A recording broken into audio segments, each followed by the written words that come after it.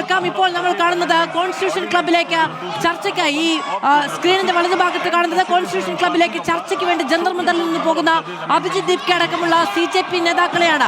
12:30-ക്കാണ് constitution ക്ലബിൽ വെച്ച് കേന്ദ്ര സർക്കാർ ചർച്ചയ്ക്ക് വിളിച്ചിരിക്കുന്നത്. ഒരു വേദി വേണമെന്നുള്ള ആവശ്യം, ഒരു നിഷ്പക്ഷ വേദി വേണമെന്നുള്ള CJPയുടെ ആവശ്യം പരിഗണിച്ചുകൊണ്ടാണ് കോൺസ്റ്റിറ്റ്യൂഷൻ ക്ലബിൽ വെച്ച് ചർച്ചയാകാമെന്ന് കേന്ദ്ര സർക്കാർ നിലപാടെടുത്തത്.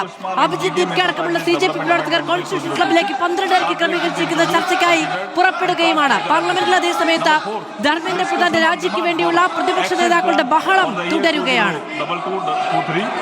And introduction, consideration and passing of the related appropriation bill. Thank you, sir. नियम 377 के अधीन जो मामले सभा पटल पर रखने के लिए अध्यक्ष द्वारा की जाने है, उसमें माननीय सदस्यगण जिन्हें आज नियम 377 के अधीन मामला उठाने की अनुमति दी गई है, वो व्यक्तिगत रूप से 20 मिनट के भीतर मामले का अनुमोदित पाठ सभा पटल पर प्रस्तुत कर सकते हैं, जो नियम 377 पे। और अगर आप नीट पे चर्चा चाहते हैं, अगर नीट पे, तो माननीय संसदीय कार्य मंत्री जी ने कह दिया, तो आप इसको नियमों में लिख के देंगे ना।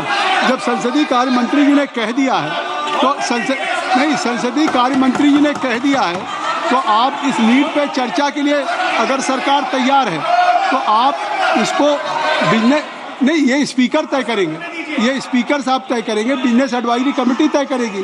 सरकार तैयार है चर्चा करने के लिए, सरकार ने कह दिया विस्तार से। तो अब सरकार अगर चर्चा करने के लिए तैयार है, नहीं तो निश्चित तौर से अब ये व्यवस्था स्पीकर साहब देंगे।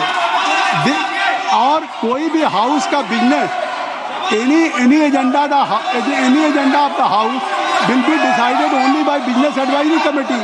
Let's you bring just any in form of resolution to the speaker, तभी होगा। तो आप इसको अब स्पीकर साहब छोड़िए। मैंने अगर सरकार तैयार है, नहीं आगे, तो सरकार अगर तैयार है इस पर, तो मैं चाहूँगा कि आप इसमें स्पीकर साहब से बात करें, नहीं स्पीकर साहब से बात करें और इस पर समझे, नहीं इसको आगे आज बहुत इम्पोर्टेंट बिल है, लगा हुआ है। सुप्रीम कोर्ट के justice delayed, justice denied, number of cases are pending with respective court. अरे आप क्या कर रहे हैं? अरे मैं चाहता हूँ कि इतने महत्वपूर्ण बिल पे बात हो। आप चाहते सुप्रीम कोर्ट के जजेज की संख्या बढ़ाने के लिए सरकार आज एजेंडे पे बिल लेकर के आई है, उसको आप पास करने देना चाहते हैं। ये नहीं दे। सभा की कार्रवाई सोमवार दिनांक 27 जुलाई 2026 को प्रातः 11 बजे तक के लिए स्थगित की जाती है। धन्यवाद। ലോക്സഭയും പിരിഞ്ഞിരിക്കുന്നു. സർക്കാർ ചർച്ചയ്ക്ക് തയ്യാറാണ്. അതിനുവേണ്ടി ഇനി പ്രതിപക്ഷം മുന്നോട്ട് വരേണ്ടതാണ് എന്നുള്ളതാണ് സ്പീക്കർ പറഞ്ഞത്.